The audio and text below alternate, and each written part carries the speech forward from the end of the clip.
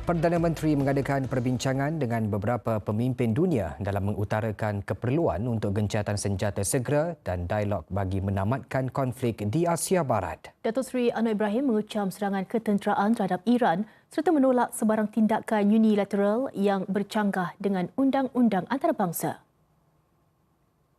Dalam perbualan telefon bersama Presiden Indonesia Prabowo Subianto, Datuk Seri Anwar berkata Malaysia akan terus menyokong dan memperkukuh usaha diplomasi Indonesia dalam meredakan konflik Asia Barat. Perdana Menteri berharap usaha Jakarta itu dapat membuka ruang rundingan bermakna ke arah penyelesaian yang aman dan berkekalan. Bersama Perdana Menteri Jepun Sanae Takaichi, Datuk Seri Anwar turut berkongsi pendirian Malaysia berhubung situasi di Asia Barat. Beliau menekankan keperluan mendesak untuk gencatan senjata, perlindungan orang awam serta penyelesaian konflik melalui dialog dan diplomasi. Putrajaya dan Tokyo juga bersetuju untuk memainkan peranan konstruktif dalam memastikan keamanan, kestabilan dan kemakmuran serantau dan global.